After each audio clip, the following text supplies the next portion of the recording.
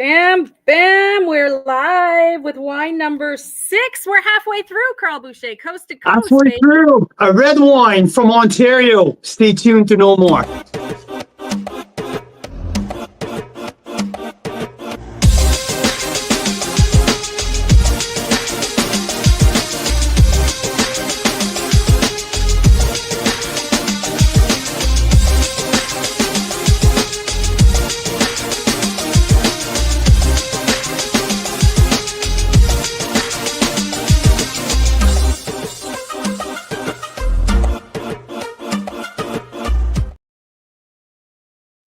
Yahoo!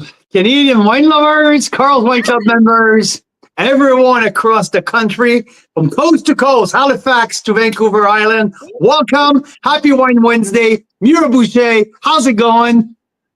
Great. It actually is Wine Wednesday. We've been going live every night for our 6th tonight in a row. So I always want to say Happy Wine Wednesday, but today actually is. It is, but it's reveal number 6 tonight. So since last Friday, we've been on every single night with a winemaker from somewhere across the country. Tonight is no different. We have someone in the green room that we've never talked to before, which I'm really freaking excited to sit and chat with her. A little hint here with her. Yep. So I'm super thrilled. Wine number 6. Let's recap briefly, okay? Because now we're halfway through. Tonight, it's halfway through our Pan-Canadian Advent calendar. So far, it's been an incredible journey. We started in Nova Scotia. We had a very, very exclusive traditional method sparkling with Benjamin Bridge. Jean-Benoit Delaurier was with us for an hour, and we had a blast tasting. Every time I taste Benjamin Bridge, anyway, I'm like a kid in a candy store.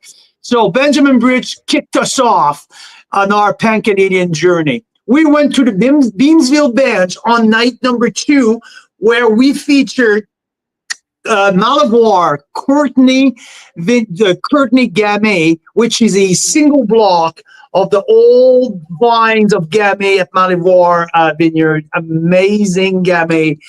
So that was our wine number 2. We hosted Elisa, the winemaker at Malivoire that night.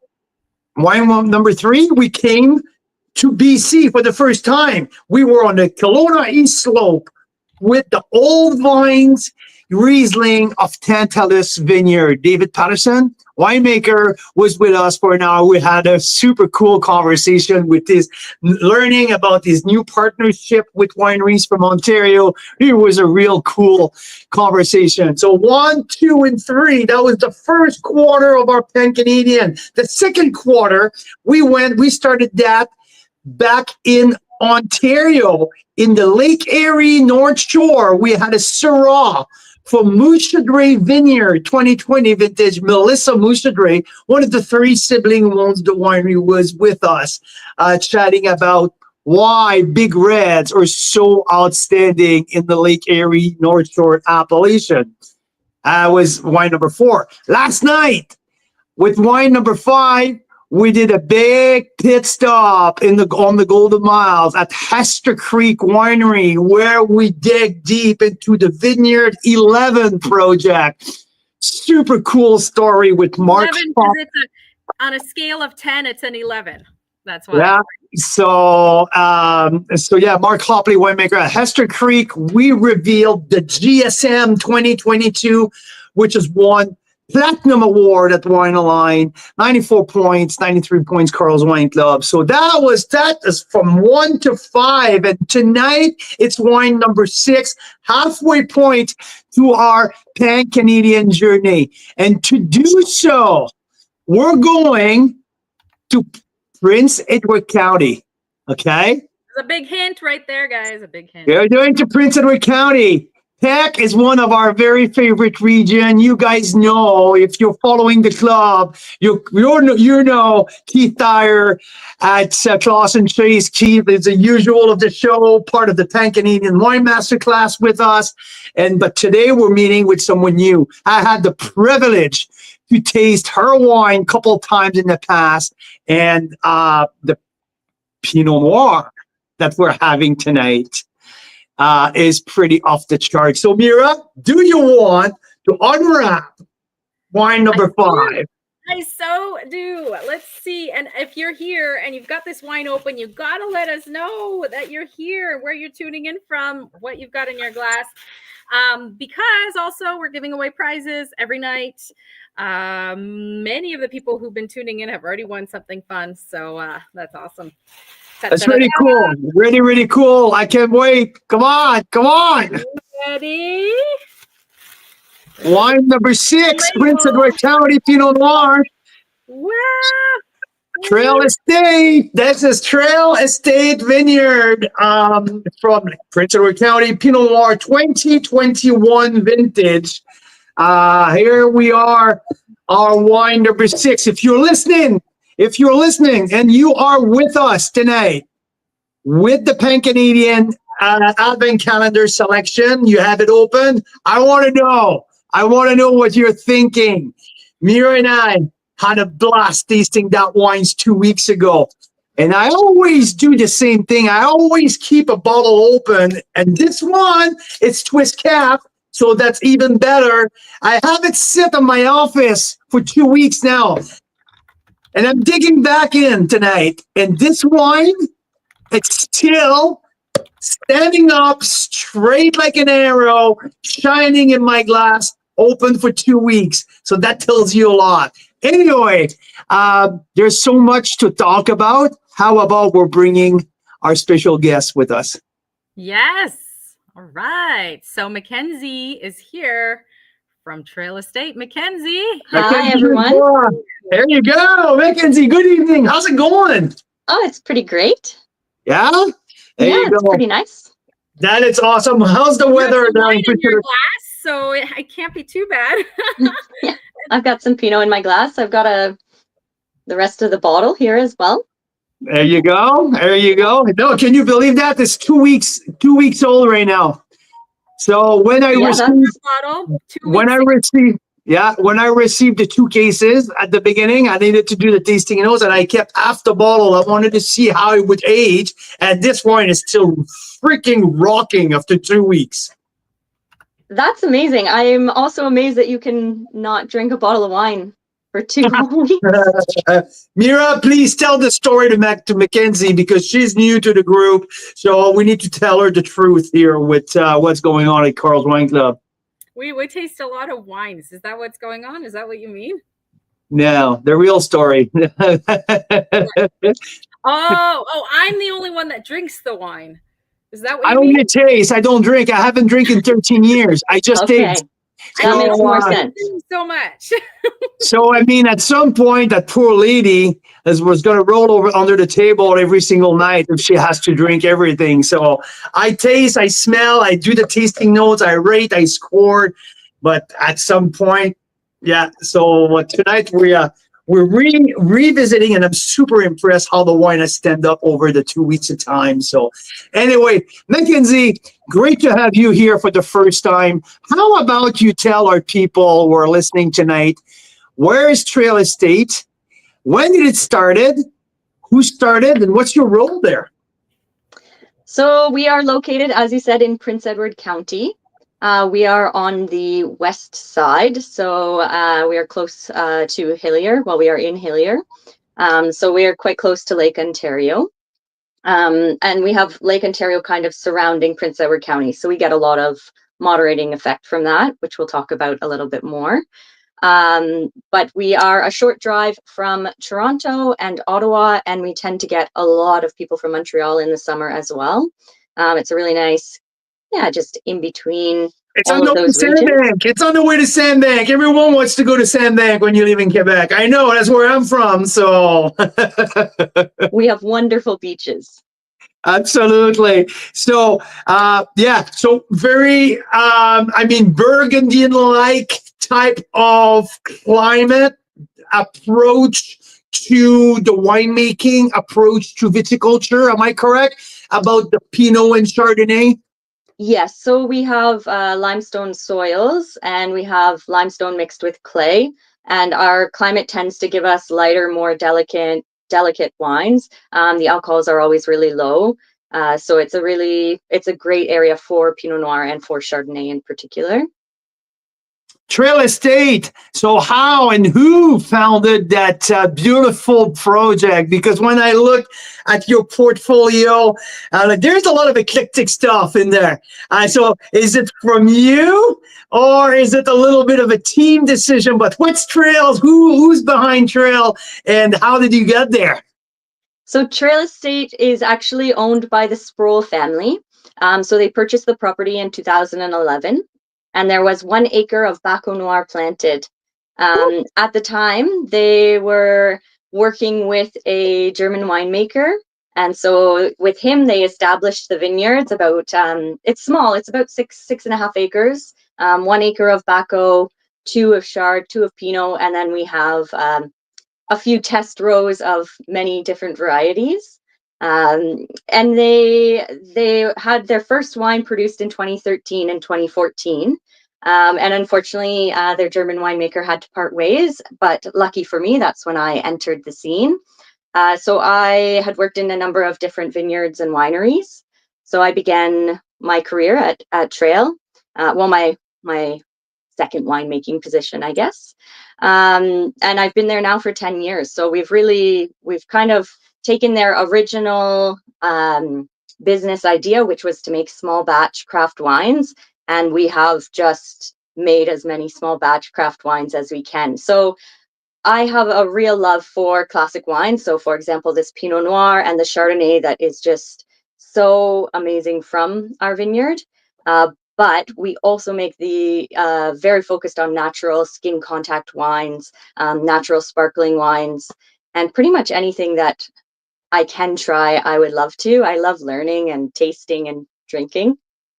It looks like you have free reign in terms of creativity and whatever you got in your hand and however you want to make it. I look at your portfolio quite often. Your newsletter every month. There's so many different kind of little things who pops up. I'm like, this is really, really freaking cool.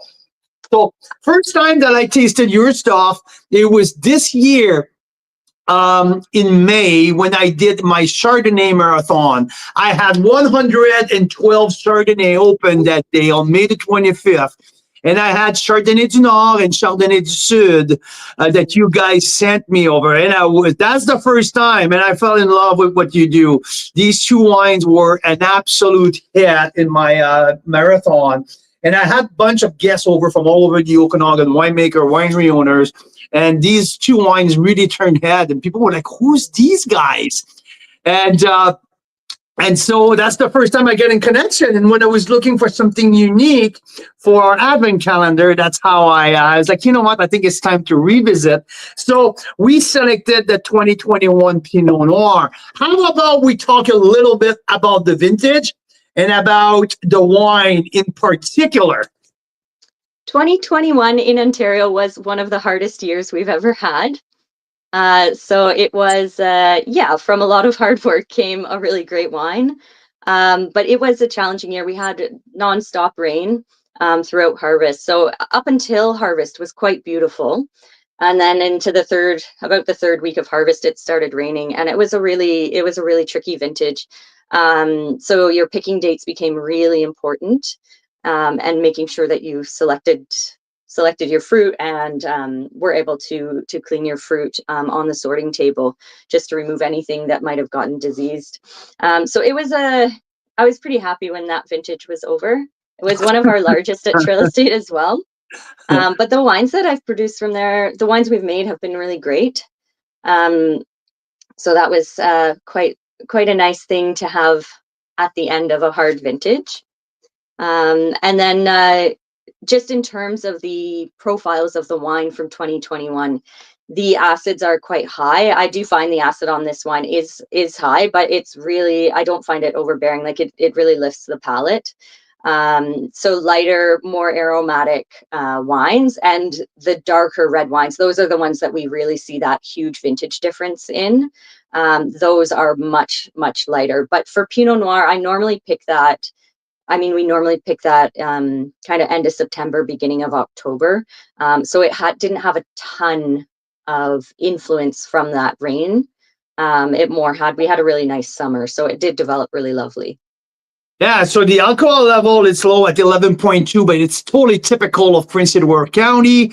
I mean, there's nothing outrageous about that. I thought personally that it's pretty fruity. Like when you look at, and I mean, we tend to do that. I think it's kind of a natural way that my head goes after tasting international wines for so long. You try to compare about different stylistic influence, right? To me, this is a little bit more modern, new style, a bit more like I would say than the Burgundian influence. To me, the fruitiness is up front. There's multiple layers of flavors, a little bit more on red fruit than dark fruits. How would you describe that wine? You know, I might describe it less as New World and more as kind of more edging towards Old World, because I think Okay. I find a lot of New World Pinots like really confected. Okay, yeah, Like I know where I you're find, going and with like that. New World Pinots for me are always higher in alcohol. They're looking for that deep purple color, and I mean, I can see through it. It's very Oh, light in color. absolutely, And I absolutely. find that the acid structure and the weight on the palate are quite, I would say, a little less ripe than some of the Burgundies that I've been tasting lately. Um, but yeah, interesting. I do find that the fruit on this wine is really coming through, and Yeah. that's interesting that it was open for 2 weeks. Because this wine, when I open it, it's really reductive. There's a lot of like the smoke aromatic. And then as it opens up, even on day 2 with our Pinot Noir from 21 and 23, and now the stuff I have in barrel, it's really smoky right off the bat. And Interesting. then after you give it that time to open up, the aromatics just seem to pop out. And I get a lot of like cherry, cranberry, a bit of Yep. strawberry. And I always get in County Pinot citronella, just like Huh. this fresh, lemony, yeah, Yeah. citronella. Yeah, the bright citrus edges, definitely. That's even part of my tasting note there. And when I was mentioning, and I sure agree with you, when I was mentioning New World was more on the fruit forward, there's definitely, like you mentioned, like low alcohol, light color. That's not like what we're talking like New York, California. I was more referring to New Zealand style. Okay. In that term of New World, I didn't thought of the U.S. at all. That was more on the New Zealand style that I was thinking of that. But I think we're totally on the same page here. Really beautiful reflection of the county. Let's talk about the county itself, because I really want to highlight the region. So the 12 wines we have in the Ave in Canada, all from different sub-region of Canada. So after we've talked about Nova Scotia, the Gaspereau Valley for half an hour a couple of days ago. And let's talk county. Our members, we featured wines from the county a couple of times before. We had Carlo Estate at the very beginning, but we had multiple times Clausen Chase, which is not far from you, where you are. So, what makes the county so unique and so different than everywhere else of any other grape growing region in Canada? Well, for us, it's our soils. They are spectacular. So it's all this young limestone. There's tons, like you can pick up a rock anywhere and find fossils in it. And it really comes through in the wine. So it's a really calcareous soil. And then there's clay. So you will develop, like I find clay always gives you a little bit more tannin, but that calcareous nature, that soil with the rocks, and it just gives you these flinty, especially in our shards, like a struck, when you strike a match. That Mhm. flinty Yeah. note, mineral driven wines. So they're always really kind of zippy wines that we produce. We also have a huge influence from the water surrounding us from Lake Ontario. So it's all around us. So it keeps the temperatures quite cool in the summer. It does get humid around where we are, but the temperatures don't ever get super, super hot. Whereas compared to Niagara will get much hotter than us. The other thing that is quite unique to Prince Edward County is that in the winter, the cold air will come down from the north and it is cold. Whereas in Niagara, the cold air comes down and it goes across Lake Ontario and it warms up a little bit. So it moderates the Niagara region, but we do not have that. So we will get temperatures down to -31 almost every year.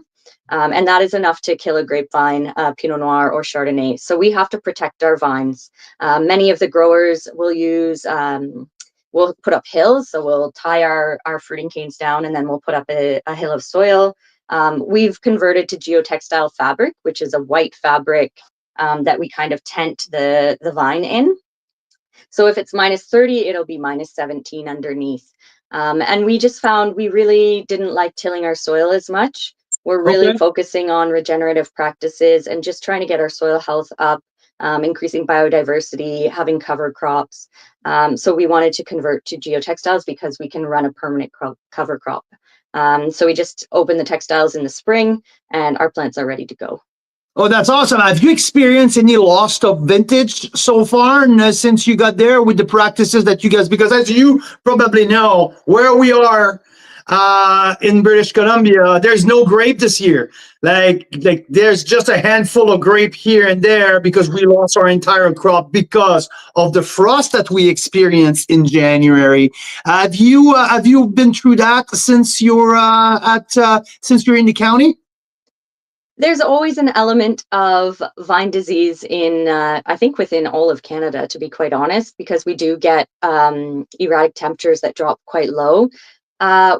Once our vines are covered, they're relatively safe. We would never experience what BC does because our plants are protected. Where we do find trouble is in spring frost. So we have had some late spring frosts. Not enough to kill our plants though, but you lose your fruit for the year. So that has been quite devastating. We had a really terrible one in 2015. But we will sometimes have, I think, across all of Canada, you do sometimes have damage in your plants from winter injury because it's not, you can't just say like the minimum temperature and your vine's going to die. It's actually based on a number of different factors. So the health of the plant. So if you have two plants side by side and one's healthier than the other, the one that's weaker is going to show some kind of winter damage sooner than the one that's healthier. And not all our plants are 100% healthy. I mean, there's some that are really amazing, or maybe 110% healthy, and others that will be much less. And in that, there's so many factors that go into the vine's ability to deal with stress. Absolutely, I totally agree with you. 75 cases made of that little boy here. Tiny. Yeah, tiny, but it's beautiful.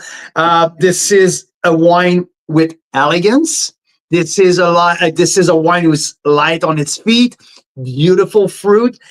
And what I'm getting now for this bottle, 2 weeks in, my assessment of it, there's a charcoal-like minerality at the end. It's not spice. It's like a mineral finish in terms of texture, almost like charcoal, almost of like pencil shaving. That brings me back to the terroir, very terroir-driven wine, and I think that's what makes Prince Edward County so charming, so lovable, that these wines are so authentic. Yeah, I find especially the finish of this wine can really show you, because definitely that acidity comes through on the finish. But there's, as you say, there's a lot of texture there as well. And you'll notice that on our Pinots and our Chards, and it carries the flavors through and it lasts on your palate. And we always used to joke around about how that's like what makes you just want to keep on drinking it, because it's just like, it makes you salivate, it makes you want to keep drinking. Our wines are very food friendly as well. Although I have to say I'm more of a opportunistic pairing person. I'm never that organized. And I always just drink and eat what I have. It's very rare that I put the pairings together unless I'm working. I mean, I love that with the charcuterie. Like very, very like with the meatiness of the charcuterie. I think the acidity cuts right through that little smokiness of the charcuterie meat. I think it's absolutely perfect. Super versatile wine with Christmas around the corner. This like that can be poultry. That can be had like this wine would go with a boatload of thing on the Christmas table. So Yeah, it's good. We have a big charcuterie board planned for Christmas Eve, so I'll have there to. you go, a beautiful grazing table with charcuterie. I love that option. Hey, if our members, some of our members wants to visit the county this summer, this upcoming season, something they have to look for at Trail Estate, anything fun and new that you guys are planning to do at the winery, or any hints for us? We always have, because we have such a diverse portfolio, we have a dynamic, like it's always changing. So there's always new wines coming out. I will make batches as small. In the past, I've made as small as 9 cases, up to, maybe 400 cases. But we do keep things quite small. So that means every season I make about 20 different wines, but our tonnage is really, it's quite small. So it just means that when people come in, there's always there's a lot to learn through your palate, which can be very nice. But we generally keep things relatively minimal at the cellar. So when you come in for a tasting, you can get a glass of wine and go sit outside, and we just keep the fields open. Or you can run through a tasting. And then we also have a sandbox. So we get a lot. I find out actually from Quebec, there's a lot of families that come to the winery and they do wine tasting, and just having a sandbox is such a great place for kids to hang out while their parents are drinking wine. I mean, yeah, I mean, if the kids are busy doing stuff they like, parents can have their wine tasting and enjoy the tasting. I mean, get the kids busy, you make the parent happy. That's for sure. In terms of summer events, we will have some coming out. We just haven't quite finished our planning. Normally we make it to Christmas and are pretty done. Yeah, And then in January, absolutely. February, we start to regroup. But we run through some back vintage tastings. So we'll usually do a back vintage of Pinot Noir and Chardonnay, and then we'll do a back vintage of our orange wines, our pet nats or pétillant naturels, and kind of anything else that falls in that old And, vintage and portfolio. when you We do talk make a lot of about, Cab Francs as well. oh, okay, so you're sourcing from Niagara for the Cap Franc? Yeah, so we actually work with a lot of different vineyards. We have a vineyard that we work with up in Thornbury. It's called Appletop. It's a certified organic vineyard, so we source a lot of our hybrids from them. And Okay. then I throughout think you're working Niagara, with Grimsby Hillside, right? we do work a lot with Grimsby Hillside. What we really want to do is try and get more sustainable growing fruit and organic where we can. Although for me, I sometimes prefer some of the sustainable fruit. Grimsby Hillside, though, is a wonderful commercial grower because they don't use any herbicides. They're really pushing to do things better for the environment, and focusing very specifically on terroir and on their classic grape varieties. So we love working with them, and they're just lovely people. Absolutely. And there's so many outstanding winemakers who pull their fruit from Grimsby. Yes. Sometime I see on Instagram they do Grimsby Hillside tasting with everyone brings their bottle, and I see who's around the table. I'm like, holy shit, I wish I'd be there. Yeah, no, really really cool source of fruits, that's for sure. So, and you're sourcing Grimsby specifically for your Cap Franc? Yeah, we've worked with Wismer in the past. So we've worked from 2 vineyards, Foxcroft Vineyard Yeah. and Wingfield Vineyard. So we do have a quite a nice vertical of those wines. Hmm. But in 22, I've got a little bit of Grimsby Hillside. So we're just kind of exploring different sites and how they're growing. And that's one of the wonderful things about Trail Estate, is that we have the flexibility to make these small batches to really like take deep dive into the terroir. We can parcel out specific sections of vineyards, different blocks, and we can make those wines and just see what is actually happening. That is awesome. That is fantastic. So, I mean, for the people who are joining us tonight who have the Advent calendar with them. So tonight we're tasting Trail Estate 2021 Pinot Noir, a fantastic Pinot from the county. I give it a 92 points. I love what you do, Mackenzie. Thank you so much for joining us. I really appreciate your time. And we'll try to send all of our members who really wants to explore the county. We're going to send them your way. That'd be wonderful. Yeah, come on out and see us. Before they go see Keith at Clausen, so you can get them drunk and send them all to Clausen after. That's always the best. Yeah, come in and see me. And if anyone is in the county, I'll be working the next 2 weekends. So it'll just be, you can get some one-on-one time. That's fantastic. I mean, that's the great thing about going to wine country in the slightly off season. You might get a chance to do just that and meet the winemaker, and that would be so cool. So thank you so much for your time, Mackenzie. That is awesome. It's fascinating to hear. Some of our members are saying, like Rob out here in BC, saying we hope that our BC wineries start to adopt maybe some of the things that you guys have been doing, because it was so tragic to see the vine death and the vine the crop loss this year. So yeah, it's really interesting to hear from the county, and can't wait to visit you. There are a few extra cases of that 21 Pinot available if we ever need to increase the inventory here. Yes, there is definitely 21, and then we've also bottled our 23, so that will become available probably into the fall next year. And awesome. I had a really nice harvest in 24, so I've got a nice set of barrels aging now. So we'll have a good run of Pinot. Mackenzie, you have a wonderful rest of your Wednesday. Happy holidays to you, your team, and your family as well. Thank you so much. Cheers to that. And cheers Thank you so much, and happy holidays. Thank you very much, Mackenzie. Thank you. Awesome. Wow. There you go. Prince Edward County is in the house. Absolutely. A really cool Pinot.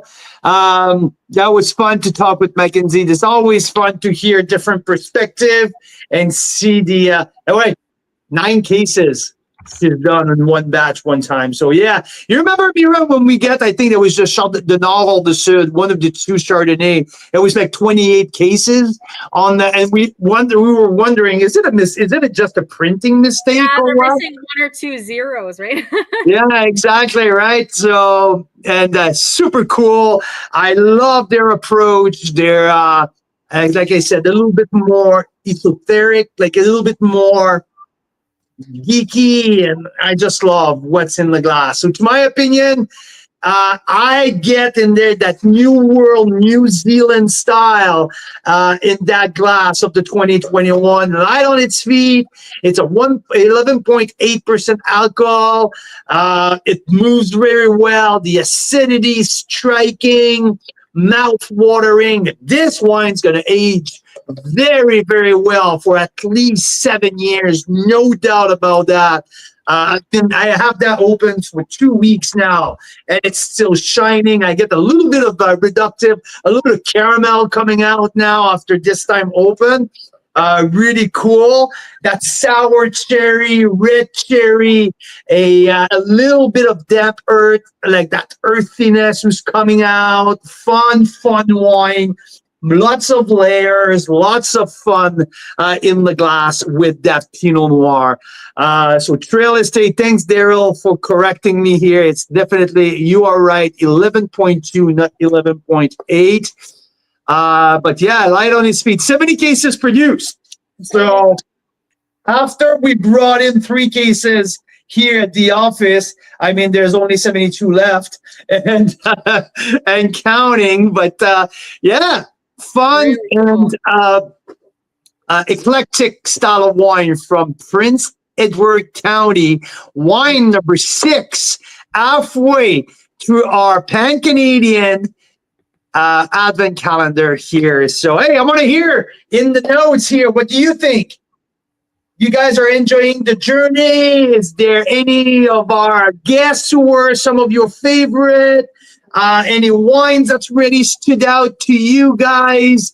So yeah, I want to hear your comments. I want to know what you think.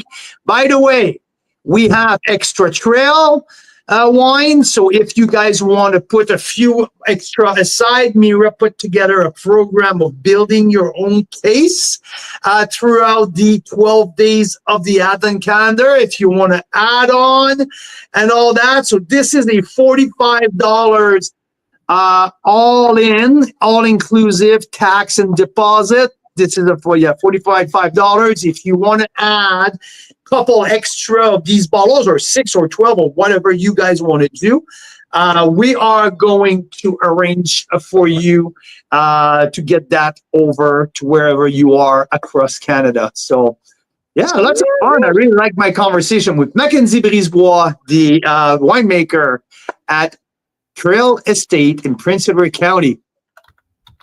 Yeah, super fun. Louise, it's so nice to hear that. That's like Jeff was saying the other day. He's kind of every day looking forward to seeing what the new bottle to open is after work. It's kind of fun. So yeah, Mike is asking you, Daryl, when you first encountered Trail Estate. So yeah, good to know. I mean, Daryl, the big Pinot Noir fan, I am not surprised that he's had Trail Estate before, because they make such amazing Pinots. It sounds that Daryl is still, Daryl, am I right to say that your favorite so far out of the 6 is still that Benjamin Bridge Bubbly? Maybe. According to the reaction so far, I would say probably number 1 was one of his favorite, but I quite think that he's quite enjoyed the whole thing. Obviously, I hope so. Wines are different style. I know that Daryl likes his Pinot a little bit bigger, so that I know for a fact. Maybe a little bit more weight into the profile will be more up in his aisle. But hey, this is an interesting one. I really like the profile of that one. I think it's very different from a very different wine region. So, and that's what the Advent calendar is all about. It's about a journey throughout Canada. And 142, it's the top 3 so far. I love it. Okay. What was 4? What was 4? 4 was Mouchadre. Ah, the Syrah. Mouchadre. Mm-hmm. Very nice. Very nice. So speaking about Syrah, we came across a post today on our Facebook page. Someone was asking about Creekside wines. And there was a few comments about Sauvignon Blanc, about reds or whites. It just happened that we had a bottle of the Iconoclast 2020 Syrah. So I'm like, what the heck? We're in the business of talking about wine. So I'm like, why not crack it open? So a fruit exclusively from the St. David's Bench. Here, Iconoclast Syrah 2020. This is dark, really dark.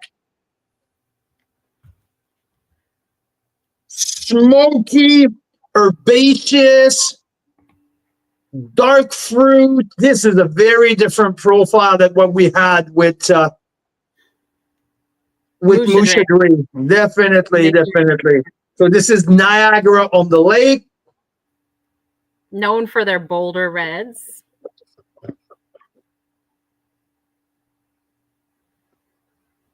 And I think the question was in the VIP group on Facebook, the question was just there's a huge sale going on at Creekside. And whenever big sales happen at wineries, if any wineries are listening, many of us get suspicious because we go, why is it such a big sale? And so she posted, she just said, is this worthwhile to get? It seems like a really good deal, but we don't know if the wines are, Mira, the best researchers here on the market, like in the world here, I would like to know if you can find me the price point, because if it's something under under $40, definitely. It's a good wine. This wine is it's tannic. It's still very young. It's dark. It's not on elegance. It's more on concentration. The price is right. A little bit of tar.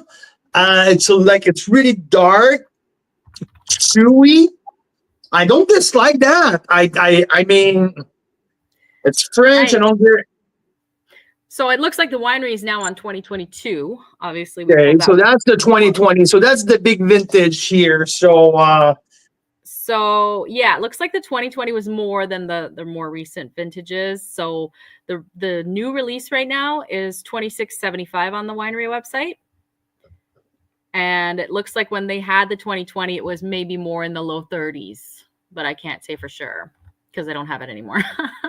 But yeah, around $26.75 for the new one. Is it the St. David's Bench one? Because I know they have different tiers. The one I'm looking at is the Iconoclast. Iconoclast? Okay. I mean, St. David's Bench. Yeah. If I have to rate it, I mean, at that price, it's probably 89 plus to 90 points. Okay. It's a good wine. But at that price, it's it's worth the try. I'm not sure if 22 will deliver something that it's close to what I have in my glass here, because the 2020 was fairly unique and very apropos for big reds, and God knows that Syrah really need that hang time. So yeah, interesting. I mean,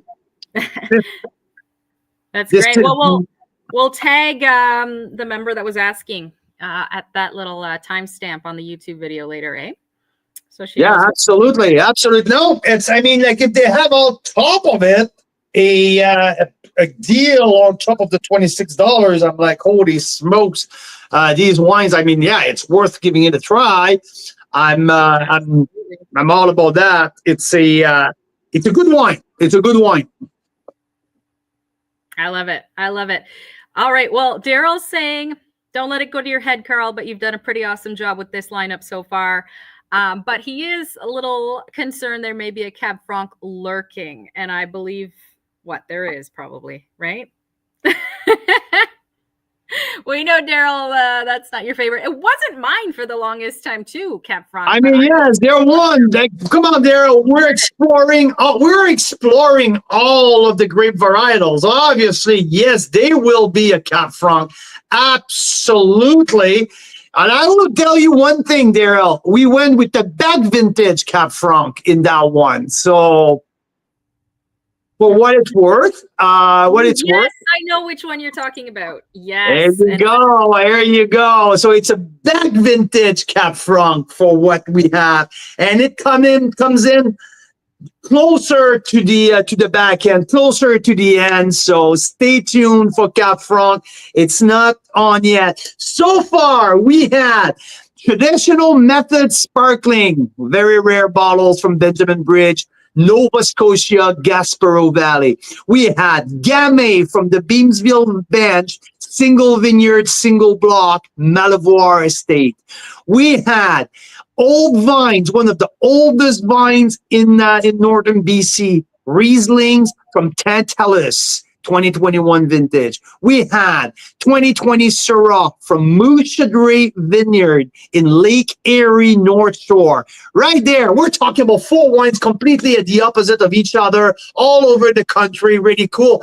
Day 5, we went to a rare GSM blend from Vineyard 11 on the northern tip of the Lake Osoyoos here in the South Okanagan. Grenache Syrah Mourvèdre from Hester Creek. Day 6, halfway through our Pan-Canadian journey, we are cracking tonight a beautiful Prince Edward County Pinot Noir from the 2021 vintage with Trail Estate. So diversity Diversity of grapes, diversity of style, diversity of where it comes from. We are in a true Canadian journey across from different grape growing region of our beautiful beautiful wine producing country. So it is super cool. So far we have hit 6 different spots in Canada and much more to come. Absolutely. So Jim will show up. Oh, they're getting together for number 9. Oh, that's good. Number 9, number nine, which is Friday, right? no, that's Saturday. Saturday, number 9, number 9. I think. Saturday, Friday. 1, 2, 3, Saturday. Yeah, that makes sense that they get together on a Saturday night. But there you go. Friday. We're on 6. We're on 6 and it's a Wednesday. You have the list. Thursday, 8 is Friday, 9 is Saturday. See? All right. Okay.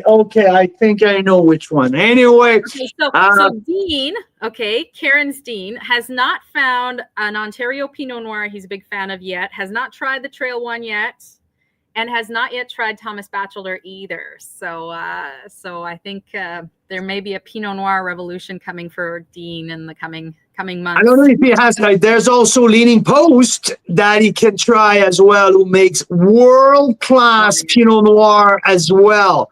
There's also Klaus and Chase. So, I mean, there's multiple options here. Yes. Number 9. I'm missing something about number 9, other than that they're getting together.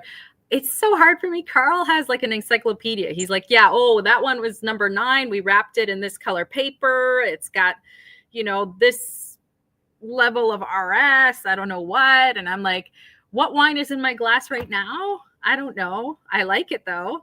Anyway. I can't fucking figure it out how to set up a Facebook page though. So, Mira, there's other thing that I mean, that's great. They're having meatballs and pasta on Saturday, Carl. Does that go? That's a good thing. That's a good thing. I mean, you guys are gonna have Saturday. Yes, Big Red. Yes, Big Red on Saturday. There you go. Big Red. Absolutely. All right, and Karen likes my pairings.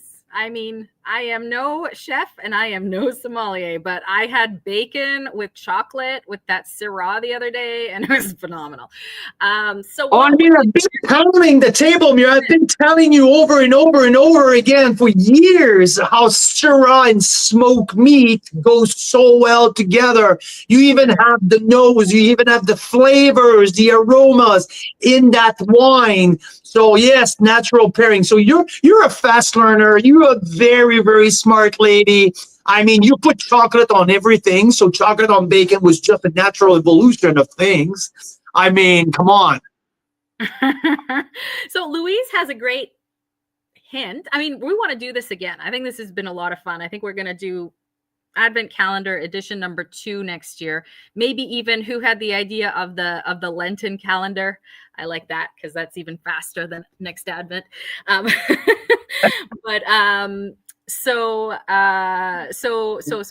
we need to give people ideas for like appetizers and dinner for each night, right? So what's the hint for tomorrow night? What would pair well with tomorrow night, Carl? I mean, without giving it all away. I mean, there's a lot that I can give away. And I mean, I have to be careful. Yes. 12 days of Pinot. 12 days of Chardonnay, for God's sake. No, it's yes, you're right. 12 days of Chardonnay. Absolutely. Why I didn't thought of that? Holy shit. A month of Chard every night for a month. How about that? Hey, we want to be known for our Chardonnay loving country. I've been saying we are the best Chardonnay producers in the world. Love it. Okay, so what goes well with tomorrow? I mean, it's early on. Like, there's kids watching. I can't. I really have to be careful. Or just Um, dinner that you could have friends over and have dinner, that kind of dinner. a nice piece of fish. Okay. Some seafood. So clearly it's a white wine, is what you're saying. Well, I mean, look at the sheet that I sent you, for God's sake. We know because he said, what did you say? Fridge Yeah. for the one tomorrow? Oyster. Yeah, why not? I mean, yeah, I would say to me, Baked it's oysters with a creamy sauce. Mm-hmm. or halibut. Halibut. Halibut will be my my apps. For tomorrow night. Yeah. All right. If I say anything, I will just give it away because I know. So now we already give it away. For God's sake, like all right. So yeah, next year maybe prizes for whoever guesses right the first person or something. No, because people have their wines at home. Come on. What about this one? Quick pairing, and then we should do our draw. Quick pairing with that little seared duck. I mean, we talked about duck yesterday. That can be apropos with duck as well. Charcuterie with that, fantastic. I like the acid with the charcuterie. I love that. What else? I mean, a little smoked ham with that. Top notch. Yeah, I can see that. Pasta, a little pasta arrabbiata, like something like that, like light tomato sauce or 4 cheese ravioli. Why not? Actually, just had 3 bites of 4 cheese ravioli before. Oh no, it wasn't. It was a Greek lasagna with those big rigatoni's. It went well with that. Yes, just before we went live. Awesome. Well, fantastic. I think I've got everyone down for the door prize here. And spouses. I've counted you guys twice. If you have. So we had a really good attendance tonight, like from all over the place. So it's Wine Wednesday, because this is like when we normally would go live, not every single night. But Mira, before you do the draw, how about we talk a little bit about December 28th? Okay, real quick. So yeah, I want to put up the pictures that we took earlier. Oh yes. Hey? If I have them, one sec. Because December 28th, we're hosting the Red Blend Marathon. Now wines have been arriving like crazy. Like the GLS driver that came up with the full dolly today. Some incredible wine. I went on the road yesterday, pick up some samples from all over South Okanagan. I'm picking up an extra, like a few more later tonight, tomorrow. Red blends from all over the place, from entry level, but also some from top super premium. We're going to taste them all on Saturday, December 28th, just between Christmas and New Year's. Why? Because it's Christmas. It's Christmas time. We want to be with you guys, and we want to share our best discovery about red blends, from Phantom Creek to Black Hills to the Silva and Black Market and name it, like all of the wine, Court Salette and Clos du Soleil, all of these guys from BC and in Ontario, Ice Cellar and Palatine Hill sent a 2010 of their Meritage.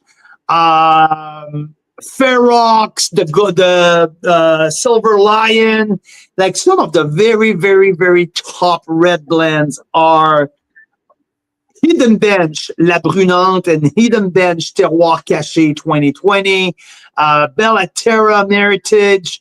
There's so many. I already have over 40 red blends who are already arrived, and I have another bunch to pick up. So look at that. That was my bacon. I see. It's for real. Oh, there's here. I'm gonna have to go. You're gonna see all our life here. See Christmas concert. Look at people's nice presents that people are sending each other. Don't they look nice? Canadian wine. I mean, with our little jellies and stuff. Christmas concert. Yeah. And There you go. this is where, look at that bad boy. 2010, The 2010, 2010. that just arrived. That just arrived. Hey, Lorna. So, Lorna, you live nearby. December 28th. If you want to make the trip to Summerland, you're more than welcome. We're hosting the usual suspect that already come, usually come Richard Da Silva, Rob Hammersley, Karen and Jan. All of these people are going to join us for that Red Blend Marathon. You are more than welcome, Lorna, to join us. I love that. So, and you guys, if you're far or even near, but you can make it on the 28th, just join us on YouTube, on Facebook, on Instagram, or wherever your favorite platform. But join us for that unique and very epic Red Blend tasting. Everything started when we heard that the Mission Hill Oculus was awarded 100 points by John Schreiner. We went to purchase a bottle, and we want to put that in the tasting to just demystify what that 100 points, $260 worth of an Oculus, what does it mean side by side with other Canadian red blends. So that's the goal. Very exciting. Yes, really cool. So it's actually happening on the 29th too. So next weekend, the Saturday all afternoon until Carl taps out. But then we're for sure back on the Sunday again, because even if there's no more wines to taste, we're going to retaste some of our favorites in the top 10. And so I'm retasting the top 10 on the 29th on the Sunday afternoon. I'm going to retaste the top 10, finalize the top score, and let you know if there's anything available for purchase. So I don't know if she's joking that they're going to make plans now, or if it's for real, Karen, that you guys are going to be in Summerland on the 28th. But if you are, you got to stop by. Absolutely. It'll be great. 28th and 29th we'll be live, and we will have all these fabulous wines open. So if you can stop by, it will be Yeah, you have the chance to rub shoulder with some of our very accomplished winemakers as well. So there's going to be people from the industry hanging out with us here. So you're more than welcome to join us, Karen. That's what Carl's Wine Club is all about. So we're excited. Spin the wheel, baby. Spin the wheel. We're spinning for 2 Chardonnay jellies. Is that right? It is right. We've been talking all about the Red Blends Marathon. I think that we may need to do a Red Blends jelly as well. But I have an idea. What? Hot sauce. Yes, make some hot sauce from the leftover wines. Hot sauce. How about that? I think Daryl will like this idea. What do you think, Hot Daryl? sauce. How about that? Our guy makes some hot sauce. So how about we do that? That sounds phenomenal. That sounds great. So we had 112 Chardonnays open side by side back at the end of May. Carl tasted them all live. It was crazy. And then everyone took some bottles home. We still had Chardonnay left. It was Chardonnay for weeks. And we made it into leftovers into these little jellies that go really well on charcuterie boards and stuff. So yeah, we will send you 2 nice things of Chardonnay jelly from that nice souvenir we had. Oh, yeah. So, Duff Stacy, here you go. There you go. 2 Chardonnay jelly are going down to Ontario. So, looking forward to you guys. What's funny is I have you guys on my list here that Leaning Post ran out of jellies, or I think it might have been Bellaterra. So we owed you 1 from that too. So you have like 3 heading your way now. So you know what? That's a good, wow, that's awesome. That's awesome. Worked out well. So yeah, that will do it for tonight. Wine Wednesday. We're halfway through our Advent calendar. We're halfway through our pan-Canadian journey across the country. Tonight, we reveal Trail Estate Pinot Noir, the Prince Edward County wine, beautiful region in Ontario, really, really focus on Chardonnay and Pinot Noir. We love what Trail Estate is doing, a small batch of 75 cases of this beautiful Pinot. 92 points, Carl's Wine Club. Yeah, the fun continue. And tomorrow, it should be absolutely epic. So, Yes, absolutely. I love it. Louise, you're hilarious. I love it. Thanks so much, you guys. We will be back soon.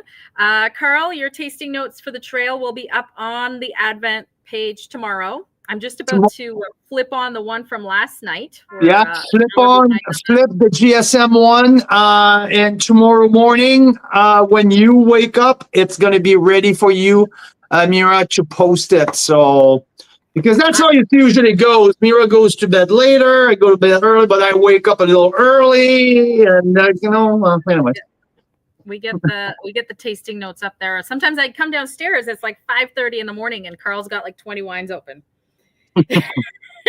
I like my early morning tasting. I really love that. I feel in the zone. I feel like I'm more creative in my tasting note. Things are come out easier. So the Sunrise Taster. Love it. Sunrise Taster. That can be my new nickname. Carl Sunrise Taster Boucher. Oh, I love it. Okay. Love it. Love it. Awesome. Well, great to see everybody. We'll see you all tomorrow for Wine number 7. Carl's Wine Club members, see you tomorrow for another epic Canadian wine.